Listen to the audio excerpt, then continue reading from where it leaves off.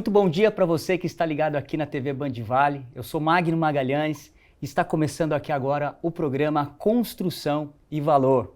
Primeiramente, eu quero agradecer a sua audiência aqui neste sábado e quero já adiantar e convidar você para todo sábado estar aqui acompanhando esse programa que é maravilhoso e vai trazer muita informação, muito conteúdo, muita construção e, claro, muito valor para você e para toda a sua família, por que não assim dizer. Bom, deixa eu explicar um pouquinho para vocês o que é o programa Construção e Valor, tá? É um programa de variedade de informações. Nós vamos trazer tudo aquilo que contextualiza informações para trazer construção para a sua vida, para o seu dia a dia, para a sua profissão, para a sua carreira, enfim, para tudo aquilo que constrói algo. Não é um viés de edificação tão somente, mas é um viés de construir tudo aquilo que é importante para a sua vida. E valor para tudo aquilo que a gente pode agregar valor na sua carreira, na sua profissão, na sua vida acadêmica, na sua vida profissional, em tudo aquilo que a gente puder agregar e trazer informação. Então, muito obrigado, quero de antemão agradecer a essa casa por ter me recepcionado muito bem, fazer menção aqui ao Marcelo, enfim, a todas as pessoas dessa casa, toda a diretoria que me recepcionou aqui para trazer esse programa, que tenho certeza que vai trazer muita informação para você, para o seu dia a dia. Então, todos os sábados, esteja aqui com a gente acompanhando. E olha, o programa ele vai ter uma variedade de informações e de uma forma bem interativa. A gente não vai fazer só entrevista e trazer figuras, personagens aqui. Nós também vamos fazer programas externos, vamos fazer captações para que a gente possa trazer o dia a dia, a informação vindo da rua, das pessoas, para contextualizar aqui para você tudo isso, tá? Bom, o primeiro programa é muito legal, o primeiro episódio muito bacana. Eu quero falar de um assunto muito importante. Por quê? Porque quando chega início de ano, tá todo mundo pensando em fazer aquelas coisas novas que deixaram de fazer no ano que passou. Aí chega final do ano, é aquela festa de família, amigo secreto e as cobranças em relação, né? E aí, vai casar, vai comprar o imóvel, vai fazer o quê? Né? A sogra cobrando o genro, né, a nora sendo cobrado pela sogra, enfim, e aí vão casar quando? E quando a gente fala em casar e quando a gente fala de ter uma vida independente, a gente fala de imóvel. E quando a gente fala de imóvel, é muito complicado.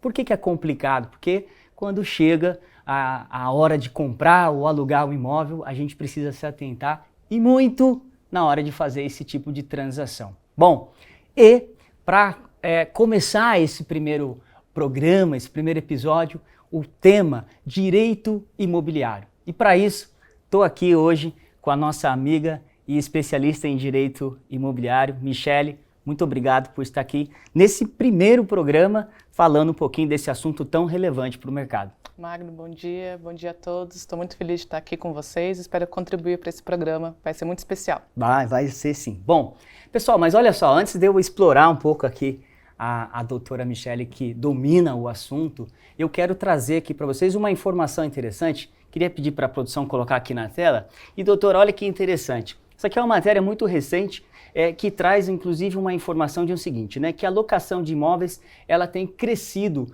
no país. E aí, doutora, já pegando aqui um gancho em relação aos nossos telespectadores, a importância de dizer para quem está nos assistindo o seguinte: qual é a dica que você pode trazer para uma pessoa que quer locar? Então, vamos pensar em locação, tá? Que tipo de cuidado as pessoas devem ter na hora de fazer uma locação?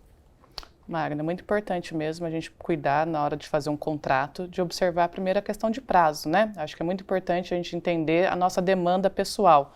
Então, o nosso telespectador que está nos vendo precisa saber, é uma locação que eu vou ficar um ano aqui nessa residência porque é perto do meu trabalho, eu quero ficar mais tempo porque meus filhos vão estudar aqui próximo dessa residência, então eu quero fazer um contrato mais longo.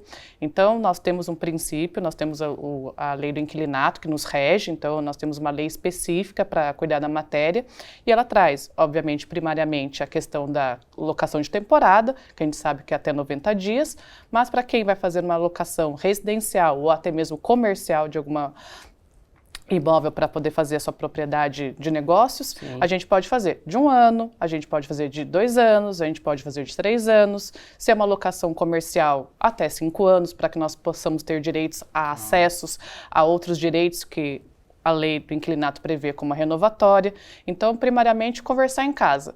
Vamos saber o que da necessidade do nosso interesse, para que depois, quando passamos a conversar com algum imobiliário ou algum proprietário particular, passar a nossa necessidade para que o contrato seja produzido com aquela realidade que a gente precisa para não incorrer em multas, para não sair de forma antecipada, gerar alguma multa rescisória. De repente a pessoa vai ter uma necessidade de 1 ano e assina um contrato de 2 anos. E aí ela precisando sair, se ela assinou um contrato de 2 anos, ela vai ter uma multa contratual se ela quiser sair antes do prazo previsto. Isso, então é importante observar essa questão. Tá, e aí é legal que, para você que está nos assistindo, é importante dizer uma coisa, tá?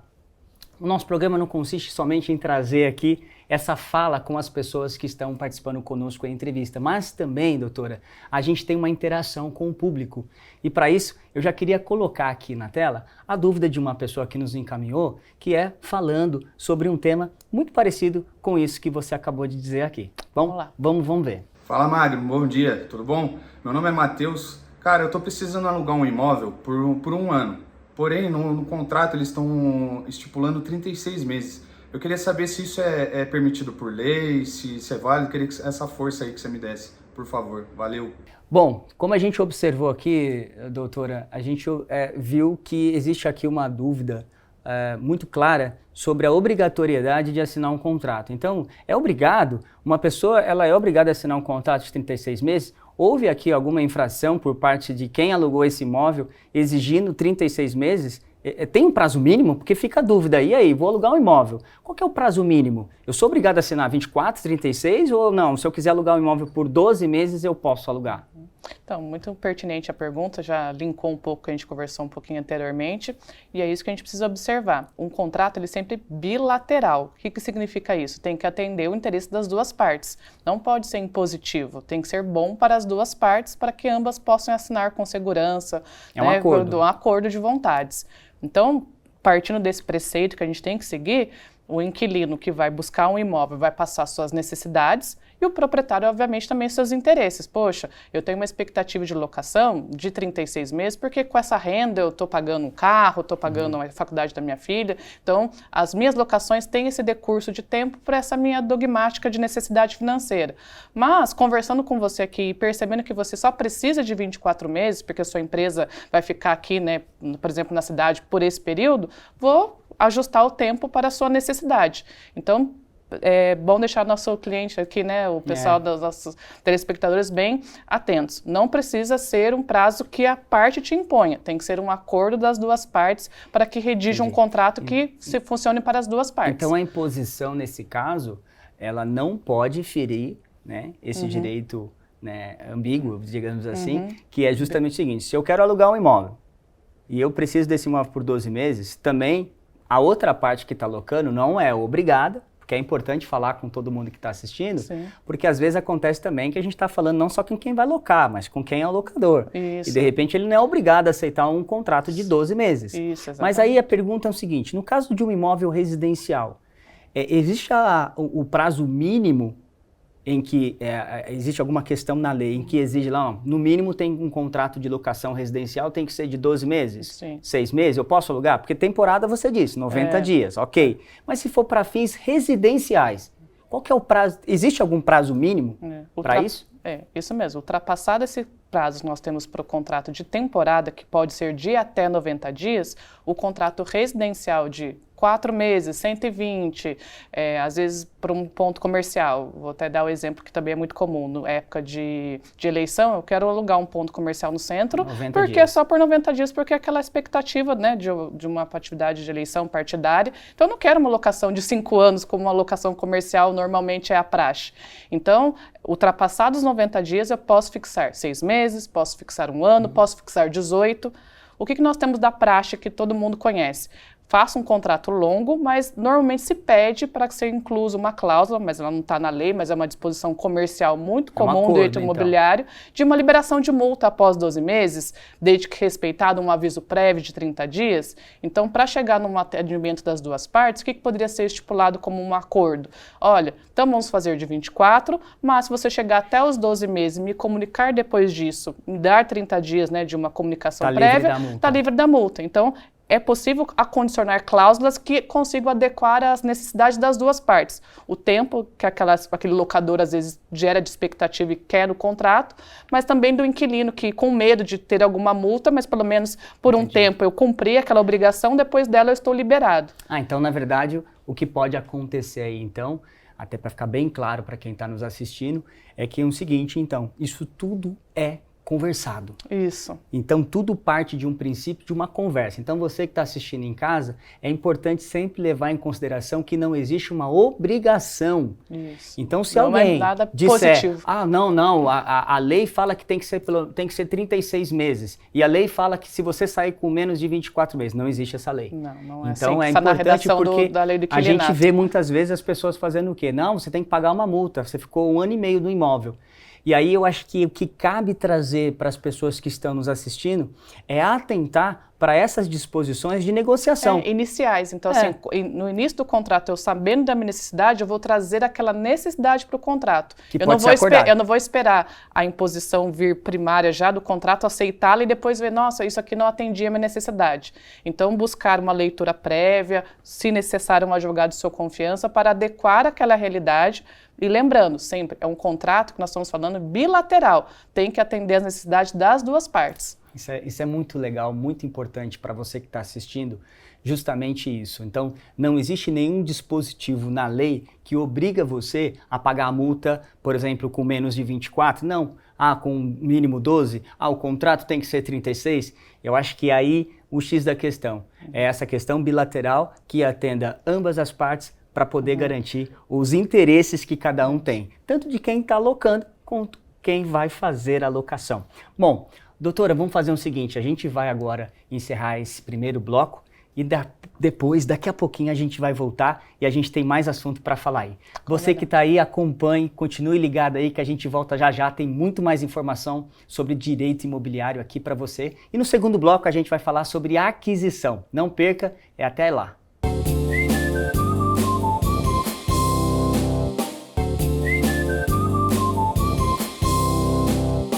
Estamos de volta aqui com o programa Construção e Valor. Para você que está chegando agora, né, seja bem-vindo também. A gente está aqui falando desse programa maravilhoso, que é um programa que traz muita construção de ideias, opiniões e valores agregados para você. Hoje, o tema aqui está sendo direito imobiliário, mas quero também lembrar você que todo esse conteúdo que você está assistindo aqui na TV Band Vale, também ele vai ser reprisado, né, também nas principais plataformas digitais, tais como o YouTube e também Spotify. Então acompanha a gente lá, que também tem conteúdo, que é o conteúdo que a gente está passando aqui e conteúdos também específicos para esse canal, tá bom? Doutora, voltando aqui, a gente falou no primeiro bloco muito sobre locação. Certo. E a gente sabe que a locação às vezes é pelo tempo da pessoa, né? Às vezes a pessoa está ali numa situação de vida que de repente não quer comprar. E a gente vê muito isso acontecendo hoje, as pessoas às vezes estão preferindo fazer o quê? Pegar os seus recursos e investir de outra forma. Sim. E morar e fazer locação, né? Locação e tudo mais. E a gente falou aqui um pouco dos riscos, um pouco dos direitos, daquilo que deve se atentar.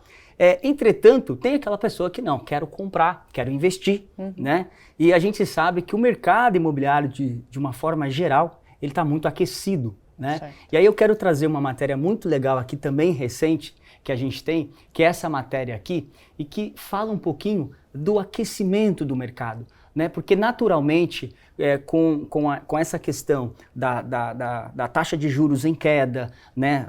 Do fomento do crédito imobiliário, a gente tem diversos fatores que proporcionam o investimento imobiliário. Tanto para aquele consumidor que está comprando para morar, que é a grande maioria hoje da população brasileira, que representa um déficit habitacional muito grande, e também daquele que quer investir. Mas para isso eu quero começar um pouquinho com o viés, falando com você aí de casa, que nem eu falei no começo do programa, você que foi intimado aí no final de ano, falou, vai, tem que casar, tem que comprar uma casa, eu não aguento mais, porque hoje cada vez mais as pessoas demoram para sair de casa, já tem pai, que já tá família, que já tá falando pro filho, não aguento mais, você já completou 30 anos de idade, está aqui morando comigo ainda, então já tem até ordem de despejo, né? Mas brincadeira à parte, a pessoa é o seguinte, ninguém sai comprando imóvel, como a gente sai comprando smartphone, ninguém sai comprando imóvel, né, todo dia nas plataformas de aplicativo, né, acordei, o que eu vou fazer hoje? Já sei, vou comprar um imóvel, ninguém faz isso. Quando você compra um bem de consumo, né, algum equipamento, um eletroeletrônico, algum outro, qualquer tipo, alguma peça de vestuário, alguma coisa, você não precisa conhecer muito. Você vai lá, compra. Se você se arrepender, o que acontece? Passa uma semana, você esquece. Mas não dá para sair, acordar, por exemplo, um sábado, eu acho que eu vou comprar um imóvel. E vai e compra errado. Então não dá para ter essa margem de erro, né, e correr esse risco, porque uma vez que você compra... E aí, eu trago muito essa informação que a gente trouxe aqui para falar um pouquinho sobre o que? O mercado está aquecido e à medida em que esse aquecimento acontece, muita gente vendendo, muita pouca, às vezes, informação sendo trazida para o consumidor, que uma vez que ele não consome isso frequentemente, existem dados estatísticos que diz que uma pessoa, hoje no Brasil, quando ela compra, ela não chega a 2 imóveis na vida. Então, o máximo que as pessoas às vezes conseguem comprar é um. Sim. E aí, imagine você comprar um e errar, pegar aquele dinheiro que está guardado, aquela poupança. Então, nesse contexto, qual que é, assim, a dica que você traz para falar um pouquinho para quem está nos assistindo sobre que cuidados tomar em relação a esse resguardo jurídico? Sim, é muito importante quem está nos assistindo pensar no sentido, como você bem disse, como os dados, né? A gente vai comprar na vida 1 ou 2 imóveis. Então, é o dinheiro suado de uma vida, né, do investimento familiar que precisa ser muito bem aplicado. Então, o que nós temos que pensar? Como a gente conversou um pouquinho sobre a locação. O que nós estamos decidindo em casa? A valorização, então eu estou comprando para fins de investimento, eu estou comprando para fins de moradia. Então, as premissas que a gente vai olhar, que todo mundo vai conversar em casa, sobre a metragem que é necessária, 1, 2, 3 quartos, são o que normalmente as pessoas vão pensar. Mas nós que estamos do lado de cá, vivendo o dia a dia do direito imobiliário, percebemos que existem construtoras sérias no mercado e tem construtoras que não são sérias. Então, nós precisamos buscar informações de idoneidade. Idoneidade faz muita diferença. E o que significa isso? Uma idoneidade quanto ao cumprimento de prazos, idoneidade com relação à construção que é entregue, se você conversar com pessoas que já compraram empreendimentos anteriores, se a qualidade foi boa, se o pós-atendimento por alguma manutenção realizou. E também, depois dessa parte, né, da construção, olhar, e aí, muito importante, né, eventualmente algum site de reclamação, mas a parte documental da empresa. A propriedade que eu estou comprando está no nome da construtora? A construtora que eu estou comprando, a incorporadora, ela está com as suas certidões regulares? O empreendimento que eu estou comprando está incorporado? Foi feito o processo de incorporação imobiliária? Está registrado no cartório? Então, quando você buscar um plantão de vendas, buscar um corretor de sua confiança, faça essas perguntas, peça para verificar esses documentos, porque isso vai trazer segurança jurídica para a sua aquisição. Então, muito além do que olhar preço, né, do imóvel, o metro quadrado, a metragem, olhem também esses viés, que é um pouquinho chato, mas como a gente disse aqui, né, é o investimento de uma vida, muitas vezes sendo feito, para que a gente não incorra em problemas. Então, se eu analisei que a empresa que eu estou comprando... Tem algum tipo de problema... É bom olhar mas direitinho. Deixa eu te interromper um pouquinho por seguinte. Você citou aqui coisas dessa natureza e vamos trazer para a realidade nossa. Sim. Infelizmente, né, e a gente sabe que nem sempre todas as pessoas que estão fazendo a interlocução ou a intermediação desse imóvel têm todo esse nível de informação. Certo. E aí o que acontece? Que nem eu falei, olha que a seriedade, a pessoa vai lá, junta um dinheiro, guarda um dinheiro toda a vida, uma poupança, usa o seu fundo de garantia e chega lá. Como que ele consegue, então, ter todos esses níveis de informação, visto que, às vezes, quem está lá na ponta vendendo, vai falando, tá tudo certo, tá tudo certinho, não, a empresa é maravilhosa. Então, você citou aí alguns canais que eu acho que seria interessante listar, porque, assim, quando você citou, por exemplo, aqueles sites de reclamação. Então, acho que pesquisar os sites de reclamação vai mostrar o quanto que os consumidores estão satisfeitos ou não. Se tiver satisfeito, tem sites para isso também. Notas de avaliação, qualificação. E quem não estiver satisfeito, você também tem como consultar, como sites como Reclame Aqui, por exemplo, você fala, olha, nossa, essa empresa está com uma nota aqui 3,8. Ausência de respostas, porque às vezes uma empresa muito grande, ela pode ter um número grande de reclamações, mas você vê que o número de respostas e o atendimento, às vezes, é muito eficaz. Sim. Então, a gente ter esse filtro para esse atendimento, a primariedade é muito importante. Eu até brinco, né? Acho que uma dica para você que está assistindo é a seguinte, né? Uma forma de avaliar, na minha opinião, é a seguinte: se uma empresa fala com você na hora de vender, é interesse. Isso. Ela está interessada em vender. E quando a gente está interessado em vender, a gente conversa. Não, que isso, que aquilo. Dia, meia-noite, o horário que precisar. Estou aqui à disposição. Mas a empresa que conversa com você depois que vende, isso é relacionamento. E aí o que acontece? Observar isso. Então, ó, deixa eu ver quem comprou. Ó, eu vi aqui que você comprou. E hoje, sabe o que é muito interessante? Outra dica também para quem está nos assistindo. Às vezes a pessoa, quando compra um apartamento, elas criam canais nas mídias sociais. Sim. AP, X número tal. Isso. E aí você consegue comprar. Olha, desculpa, eu vi que você comprou um empreendimento X, de consultora Y.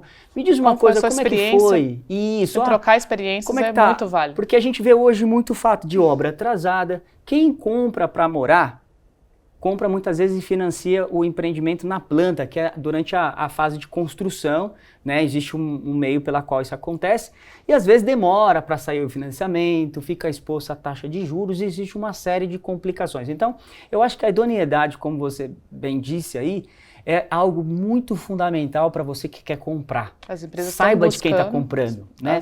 E aí, vamos lá. Pegando ainda, eu acho que eu vou pegar o gancho da idoneidade. Sim. Tá?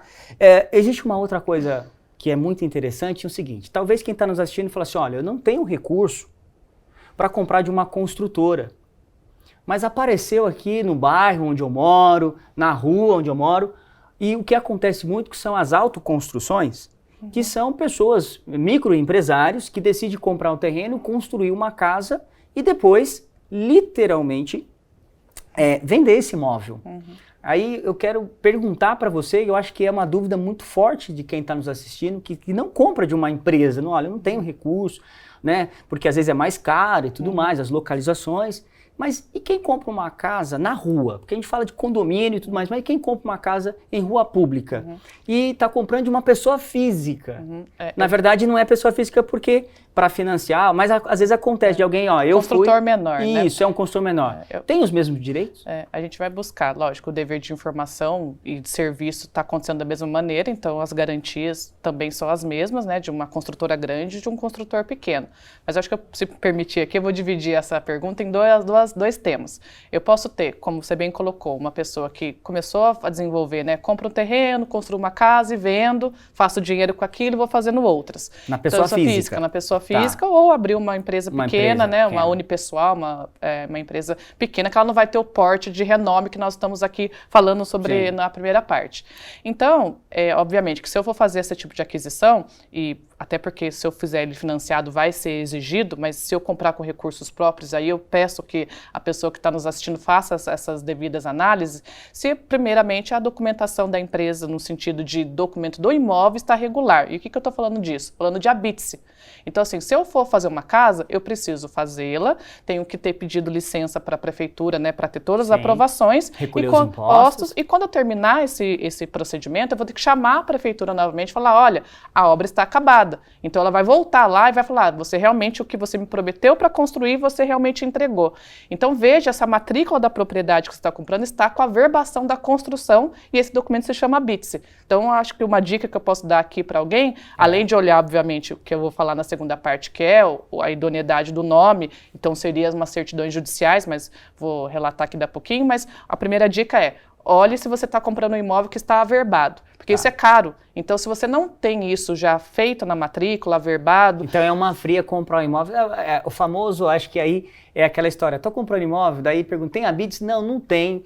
Mas não tem problema, pode passar pelo terreno. E aí faz aquele famoso contrato de gaveta, que não sei o quê. Não é saudável. Na verdade, ele não está comprando imóvel, porque juridicamente falando, ele não existe, é um terreno. É o terreno. Eu posso realmente transmitir a propriedade, que é um terreno, mas a construção que eu tenho em cima não está averbada e, obviamente, eu quero, por exemplo, depois no futuro. Nossa, eu tenho uma propriedade, quero levar em garantia para um banco, porque eu vou pegar um recurso? Banco, mas poxa, não existe a obra aqui. Como é que eu vou poder te liberar algum... depois não pode fazer nenhuma transação. Bom, e essa dica que você está dando também serve para imóveis usados, né? Agora, e a minha pergunta também, e os direitos? Ele também tem os mesmos direitos de garantia e tudo mais? Ele está resguardado? Caso tiver tudo certinho, ele também tem os mesmos direitos resguardados aí na compra desse imóvel de rua. Isso, então nós estamos falando aqui, seja um imóvel novo ou usado, que seja imóvel na rua, não seja um edifício, né, não seja um apartamento. Regular. A gente tem que preceituar a questão da documentação, seja que aqui a dica foi valiosa, que foi sobre o habite-se, as certidões também, como nós falamos, da idoneidade das grandes construtoras, e as garantias sobre o habites, o Código Civil vale para a mesma forma. Então, nós temos 5 anos ali pela solidez e segurança que aquela pessoa tem que nos resguardar com relação à obra que foi realizada. Tá. E os direitos, caso ele compre um imóvel de rua, ele tem os mesmos direitos resguardados aí de assistência técnica, garantia. Evicção, sim, imóvel Quem novo. Construiu tem que ter a responsabilidade. Isso, é muito importante pedir, né, memorial de acabamento, memorial de construção, para que depois a pessoa possa, obviamente, ter nenhum buscar. tipo de problema. Sim. Doutora, que bom. Acho que se desse a gente ficava aqui falando de muito direito imobiliário, porque assim é um assunto que eu vejo muito as pessoas que nem eu disse, está comprando e ela não tem essa informação, porque não é algo que ela faz todos os dias, não é corriqueiro isso. Primeiramente, quero aqui então agradecer a sua presença aqui na Construção em Valor. Eu quero agradecer também a oportunidade. Obrigado a todos que me convidaram, agradeço. Tá bom. Bom, pessoal, é isso. Nós falamos aqui do programa, né, juntamente com a doutora Michele, trazendo para nós informações e esclarecimento. Bom, agora, antes da gente encaminhar para o encerramento, chegou um quadro que eu gosto muito, que é o quadro Dicas de Valor. Então, roda a vinheta.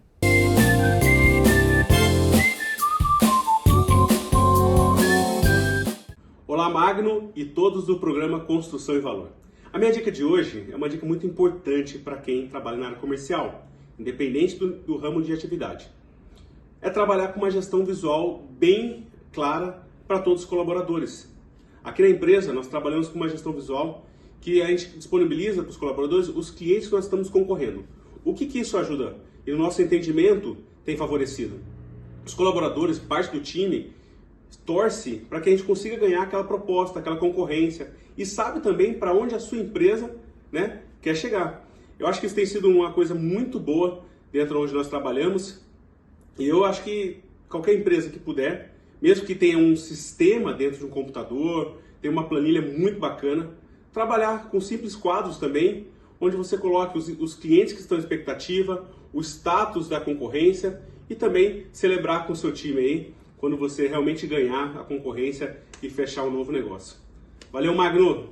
Bem, pessoal, é isso. Estamos chegando aqui ao encerramento desse primeiro programa Construção em Valor. Espero que vocês aí tenham gostado, tenham curtido bastante, né? Você também vai poder acompanhar isso nas principais plataformas como YouTube e Spotify. Então, se você tiver alguma dúvida, sugestão e quiser compartilhar com a gente, interagir, vai ser um prazer falar com você. E eu espero vocês me acompanhando todos os sábados às 9h30 aqui na TV Band Vale. É um prazer poder falar com você, porque o que nós queremos é construir muitas ideias, é trazer muito valor. Muito obrigado e até o próximo programa.